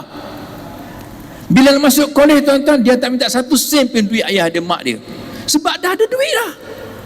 Tuan-tuan, bila masuk kolej tuan-tuan, dia buat kerja sambil belajar. Hebat orang Jepun ni tuan-tuan. Sebab itu tuan-tuan, kata Ibn Khaldun, Ibn Khaldun kata apa? Dia kata setia pada negara ini ialah asabiyah yang dibenarkan dalam agama. Asabiyah, kita sebut asabiyah akan taksub. Asabiyah kepada negara kita Malaysia ni yang dibenarkan dalam Islam. Yang tak boleh ialah asabiyah sempit, perkauman. Oh, kita Melayu je, kan gitu. Ada juga orang India Islam, ada juga orang Cina Islam, ada juga orang Jepun Islam. Tak boleh kita sempitkan perkauman, itu tak dibenarkan. Nabi dah sebut dah, Arab tak boleh dengan Arab, tidak ada lebihnya orang Arab dengan orang bukan Arab, tak ada lebihnya. Itu tak boleh. Tapi dia kata apa? Asabiyah dan negara, dia akan bertukar menjadi patriotisme. Yang kita cerita bab setia dan negara ni tuan-tuan. Lepas tu kena ada asabiyah, kita kena sekagum. Where do you come from? Where do you come from? Malaysia. Cakap Malaysia aja. Kenapa? Oh, malu cakap saya Brunei. Allahu Akbar. Lepas tu kena pupuk daripada kanak-kanak lagi tuan-tuan. Saya tengok Jepun ya. Jepun tuan-tuan, dia berdikari sejak tadika, sekolah menengah sampai kolej. Orang Jepun ni tuan-tuan, dia bukan saja setia dengan negara, dia setia kepada syarikat tempat dia kerja. Jepun ni setia sungguh. Sebab itu tuan-tuan, kesetiaannya Jepun ni, orang Jepun, kalau kita lihat, dia akan korbankan apa saja, masa, wang, demi negara dia. Setia dia. Sebab tu kita lihat orang Jepun ni tuan-tuan, dia nak tengok negara dia maju. Bila syarikat dia maju, negara dia maju. Tuan-tuan tengok tak, ada cah keting. Orang Melayu kita tuan, dia cah keting. Kalau naik puak ni cah keting. Kalau nasi lemak tu maju, nasi lemak ni cah keting. Ya. Tapi Jepun tak ada cah keting tuan-tuan. Dia nak tengok negara dia aman, negara dia hebat, negara dia maju. Tuan-tuan tengok tuan-tuan, hebat tak hebat Jepun, satu dunia ada apa? Kereta dia. Dan kereta dia banyak. Syarikat Toyota, syarikat Honda, syarikat Lexus, syarikat Subaru, syarikat Mitsubishi, syarikat Mazda. Banyak. Dia tak cah keting. Tak ada esok Mazda mampus, lusa pula Toyota mampus, lepas tu Subaru mampus, Honda ya ada. Tak ada. Hebat. Tengok dia punya ni, apa ni, Hitachi, Panasonic, pada buat benda sama je. Toshiba, Sharp, benda sama. Kipas, aircon, TV, mana datang ni? Jepun. Dia tak caketing. Tak. Sebab nak tengok negara dia maju tuan-tuan. Sebab tu dia kerja sungguh-sungguh untuk negara, kerja sungguh-sungguh. Mereka kalau buat tanggungjawab, amanah tu buat sungguh-sungguh. Kalau mereka tak buat sungguh-sungguh tuan-tuan, mereka ada rasa malu. Rasuah, malu. Mereka bunuh diri. Orang kita bangga, bukan rasuah, ini Ustaz Zaid bagi, bukan rasuah. Dah, orang Jepun malu. Dan mereka ada budaya harakiri nama dia tuan-tuan. Budaya harakiri tuan-tuan ialah kalau mereka buat salah, tak bertanggungjawab, buang masa, lepak, tak amanah, tuan-tuan, mereka akan bunuh diri mereka dengan bawa pedang samurai, mereka tikam kat perut. Mereka rasa satu bangga tuan-tuan, bunuh diri daripada duduk dalam keadaan hina, ambil rasuah. Di jalan raya tuan-tuan, mereka tak potong apa lain. Emergency link pun tak potong, tak buang sampah pun, dan tak balik kerja awal. Datuk Ajib balik pukul 5, orang kita 4:30 dah siap dah. Dah siap gincu, make up pun semua betul-betul. Tunggu ngangkat ni. Orang Jepun tak, pukul 5 lewat seminit tak boleh. Orang Jepun naik kereta api laju tuan-tuan, seminit lewat musibah. Dia akan minta maaf kepada setiap penumpang. I'm sorry, very sorry. Walaupun 1 minit, 1 saat. Setiap penumpang dia akan minta maaf. Dia tak buang masa, tuan-tuan. Sebab dia akan buang masa negara. Dia akan buang masa syarikat. Sebab tu tuan-tuan lihat produktiviti mereka hebat.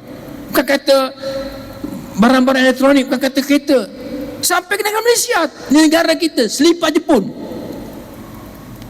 Tengok tuan-tuan, kereta Jepun. Kereta Jepun panggil, kereta Jepun. Ni kereta Jepun. Ni kereta Continental. Kan? Siapa naik nama? Jepun. Itu sebab orang Jepun dia bertukar-lumur, tuan-tuan. Dan mereka tak ada sifat putus asa. 1945 Hiroshima, Nagasaki dibom oleh Amerika. Hancur. Ditambah lagi dengan seri gempa bumi. Allah. Kalau kita dah tak buat apa-apa, dah mereka bangkit demi negara, setia pada negara, tuan-tuan. Bangkit, bangunkan balik negara. Orang Jepun, kita belajar, tuan-tuan, setia orang Jepun tu macam mana. Allahu Akbar. Sebab apa mereka setia? Sebab mereka mendidik anak-anak sejak tadika lagi. Sebab tu kata pendidikan. Budaya Jepun, tuan-tuan, ya, contoh budaya Jepun. Kalau kita bawa kereta di Jepun, kita langgar kereta orang Jepun, okay? Yang kereta dilanggar tu, tuan dia keluar, dia minta maaf dengan kita. Budaya dia pelik. Kita marah, tumbuk dulu. Patut pergi stesen balap boleh, dah, tumbuk dulu. Orang Jepun tak, dia minta maaf padahal dia kena langgar. Jadi tuan-tuan mati Allah, saya sebut setia dengan bini ataupun suami, tuan-tuan, ingat pengorbanan. Setia dengan masjid, ingat peranan masjid. Setia dengan negara, ingat bermula dengan pendidikan. Wallahu a'lam bissawab. Terima kasih Ustaz Zaid. Terima kasih Ustaz Fauzi.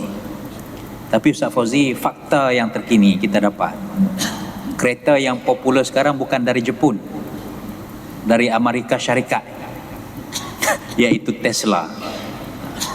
Sekarang orang pakai berebut semua abang Tesla. Jadi kita nak dengar kesimpulan daripada Datin Ustazah Naimi. Kita ada 9.37 Datin, mungkin 5 minit kesimpulan. Macam mana nak jadi orang yang setia? Contohnya macam Datuk Ajib lah, sebagai contoh. Silakan. Contoh saja.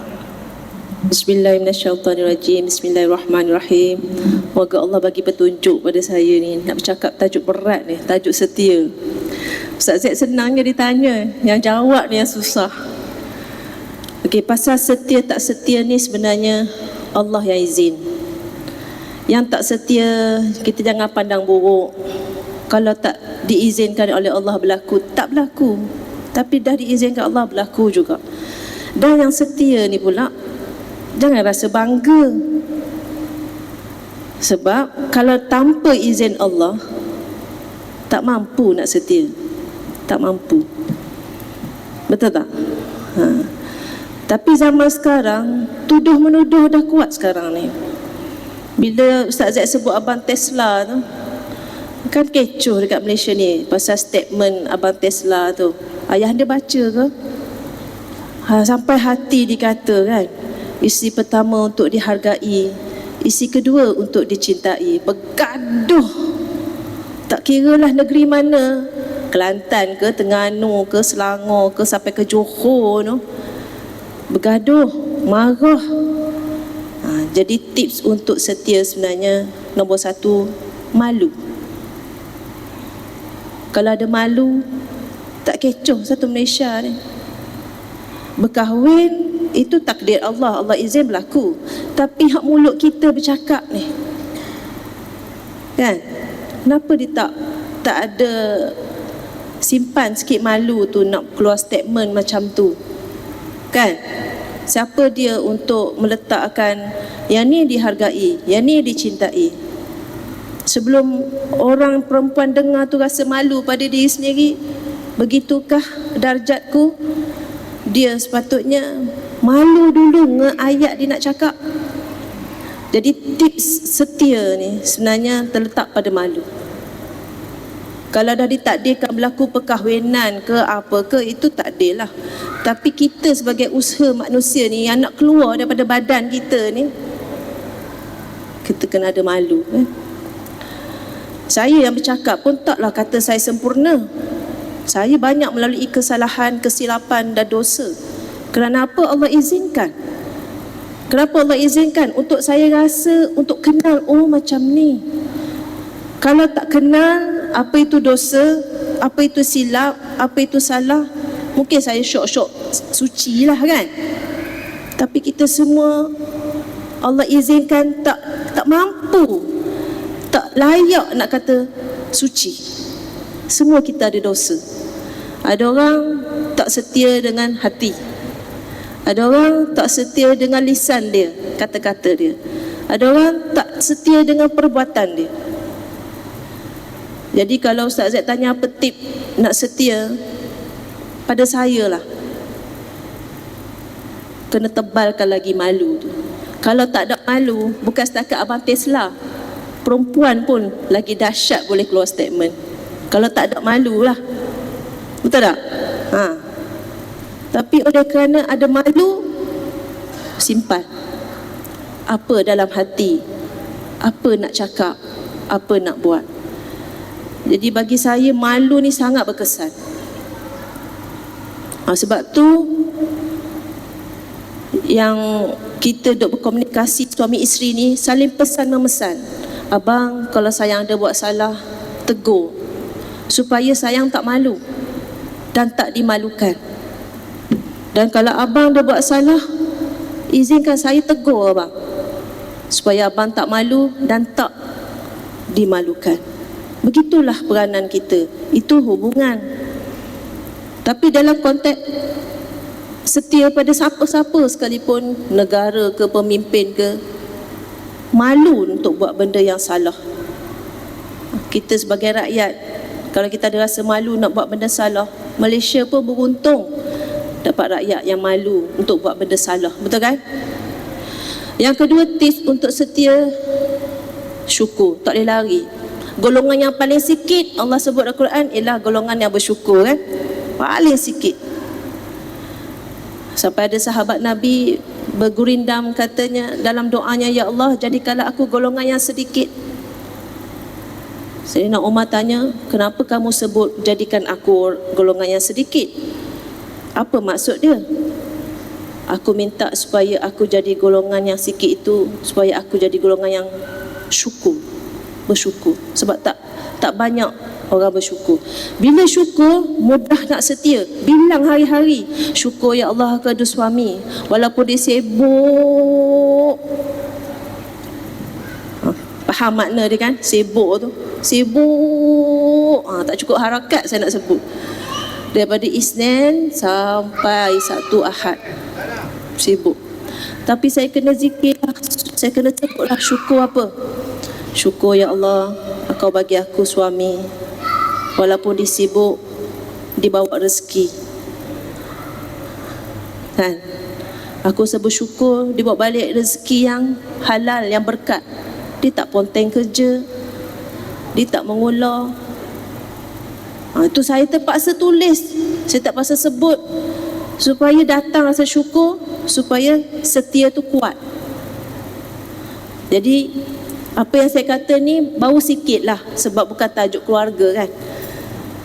Tapi dua tip yang saya selalu pegang dan rasanya memang sesuai untuk semua orang pegang. Tak kira lelaki, tak kira perempuan, tak kira abang Tesla atau kakak Tesla.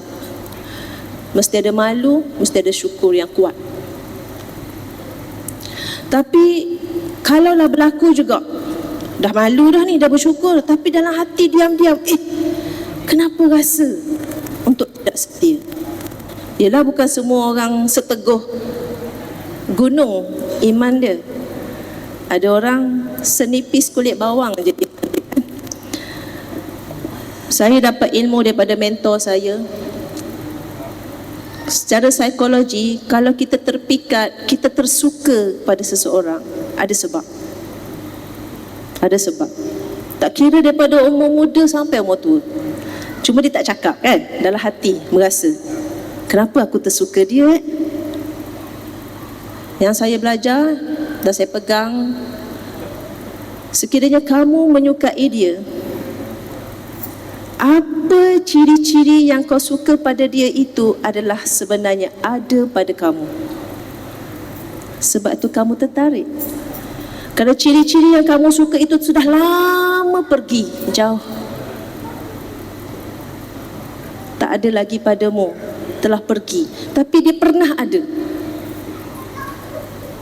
Jadi kalau kita tertarik pada seseorang dengan sikap dia, dengan ciri-ciri dia, kan, kalau dia seorang yang ceria, maksudnya kita pernah menjadi orang yang ceria. That's why kita tertarik pada dia. Kalau dia manja, kita tertarik, maksudnya kita pernah manja, tapi dah lama tak ada manja tu. Sebab tu kita terpanggil untuk dekat hati kita dengan hati dia. Jadi cara nak rawat, kita boleh rawat sendiri. Nombor 1, sedari ciri, oh ini ciri-ciri yang aku suka tu, maknanya aku ada. Aku akan dapatkan balik ciri-ciri tu dan aku buat semula. Aku akan cipta sendiri supaya apa yang dia ada, aku pun ada. Tak perlu pada dia, aku buat sendiri. Kalau dia seorang yang bijak, seorang yang alim, suka beramal, kita tertarik dengan dia, kan? Kita buat benda yang sama supaya kita jatuh cinta bukan pada orang tapi pada diri sendiri.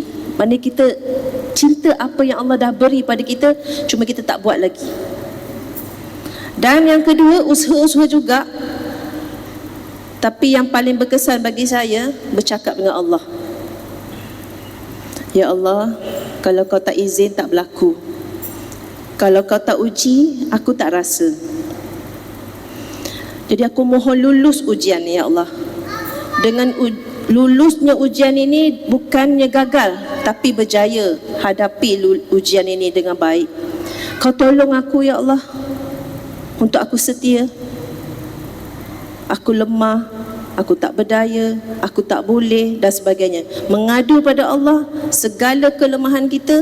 Mudah-mudahan Allah, okey, dah lulus. Kadang-kadang ujian ni tak lama, kan? Dia mari sekejap je. Tapi kalau kita tak usaha, kita tak doa dengan Allah, dia akan jadi lama ujian tu, tak lepas-lepas, kan? Tapi yang paling berkesan, cakap dengan Allah. Dan bahasa Melayu pun tak apa. Apa yang kita rasa, kita tahu salah, minta dengan dia, ya Allah, ni benda salah, aku tak nak berada lama-lama dalam benda yang salah. Merasa benda salah, bercakap benda salah, buat benda salah, cakap dengan Allah, minta lulus, ya Allah, tolong aku lepas. Macam tu. Itu dalam konteks apa saja hubungan, supaya kita dibantu oleh Allah untuk setia. Walaupun dah lama berkahwin pun belum tentu selamat, kan? Mungkin ada ujian-ujian kecil atau ujian besar Allah hantar. Jadi itulah tip yang saya boleh kongsi dalam masa yang sangat pendek. Mudah-mudahan kita dibantu oleh Allah. Ingat, kita tak berhak mencaci, mengeji orang yang gagal dalam ujiannya. Kita ganti dengan doa, ya Allah, minta dia lulus ujian dia. Dan ya Allah, aku yang tak diuji ni, janganlah kau uji dengan ujian yang berat, iaitu ujian setia atau tidak setia. Jadi itu saja tip daripada saya, sebab masa pun tak banyak. Mudah-mudahan bermanfaat. Ampun dan maaf daripada saya. Moga-moga kita semua jauh daripada ujian. Dan saya sendiri pun mohon pada Allah, ya Allah, jangan kau uji aku dengan apa yang aku cakap. Aku tak mampu, ya Allah. Itu saja. Assalamualaikum warahmatullahi wabarakatuh. Assalamualaikum warahmatullahi wabarakatuh. Terima kasih banyak pada yang bahagia Datina ini atas kesimpulan ataupun tips dan juga panduan yang diberikan bagaimana nak menjadi seorang yang setia. Setia di sini dalam semua konteks. Setia dalam kehidupan berumah tangga, setia dalam kehidupan kita berjemaah, bermasyarakat, bernegara, bersahabat, berorganisasi dan semuanya. Kita yang penting adalah kita malu. Malu artinya kita takut kepada Allah Subhanahu wa taala. Mana Nabi kata, kalau kamu tak malu, melakukanlah apa yang kamu suka. faf'al ma syi'ta. Kalau kamu tak malu, buatlah apa yang kamu suka. Bukan bermaksud Nabi suruh buat, bermaksud Nabi menyindir kita. Kalau kamu tak malu dengan apa yang Allah Ta'ala larang, perintah, kamu buatlah sesuka hati. Maksud mafhum mukhalafahnya ialah kita kena meletakkan peraturan ataupun nilai-nilai syariat. Yang kedua, kita bersyukur atas segala nikmat yang Allah Ta'ala kurniakan kepada kita. Ini adalah merupakan satu pinjaman dalam kehidupan kita. Tuan-tuan dan puan-puan sekalian, kita dah panjang bercakap, hampir 2 jam. Kita bersama dengan 3 orang ahli panel. Kita ucapkan banyak terima kasih pada Datuk Haji Muhammad Ajib, Ustaz Fauzi dan juga Datin Naini bersama-sama dengan kita. Dan terima kasih juga kepada tuan-tuan dan puan-puan yang setia duduk istiqamah. Bukan senang nak jadi jemaah yang setia kepada majlis ilmu. Tak tahan tuan-tuan, kan? Tambah-tambah ayahanda yang umurnya semakin berusia, istiqamah setia dengan majlis ilmu dalam masjid. Allah, mudah-mudahan Allah Ta'ala lah yang membalas kesetiaan tuan-tuan dan perempuan semua, insya-Allah. Sakit di dunia tak sama dengan sakit di akhirat.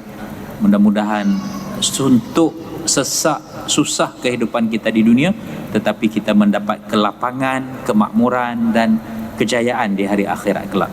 Ampun dan maaf daripada saya laku moderator dan bagi pihak panel semua. InsyaAllah kita jumpa lagi lain masa, lain ketika. Wabillahi taufiq wal hidayah. Wassalamualaikum warahmatullahi wabarakatuh.